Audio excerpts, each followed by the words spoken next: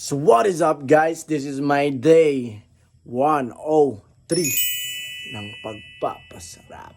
Let's go! So yun guys, kakagising pala natin ngayon. So, patapos pa lang natin maglaro kagabi guys. Medyo naano tayo guys ngayon. So nagkakape tayo ngayon. So let's go. It's another morning, another day, another vlog, another pagpapasarap na naman to. Let's go, guys. Ay, hindi pa pala ako nakainom ng kape. Iinom muna ako, isang higop.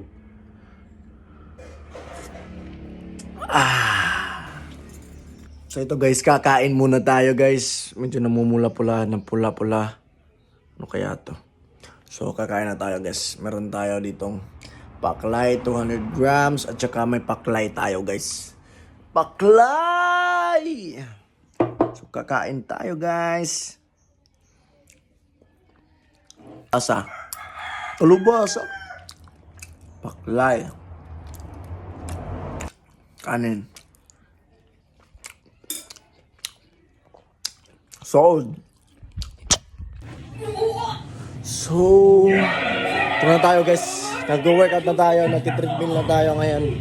So, ito, nag-treadmill tayo habang nanonood tayo ng Low-Fi. Awari di maru, awari sa baker.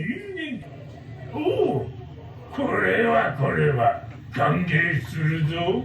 Let's go.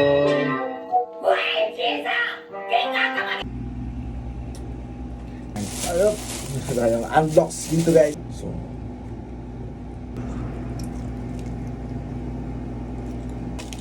tapos meron tayong burger, chick,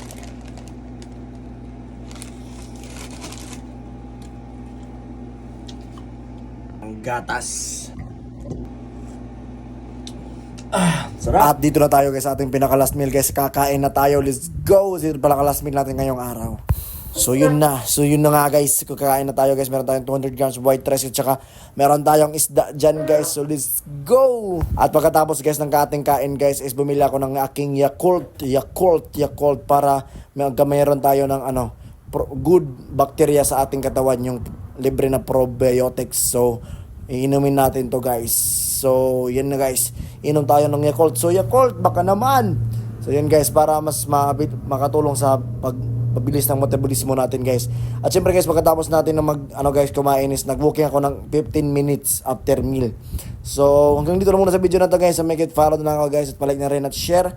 So nasa day 103 na tayo ng ating pagpapasarap. So see you sa day 104 ng pagpapasarap. Bye bye. Mwah.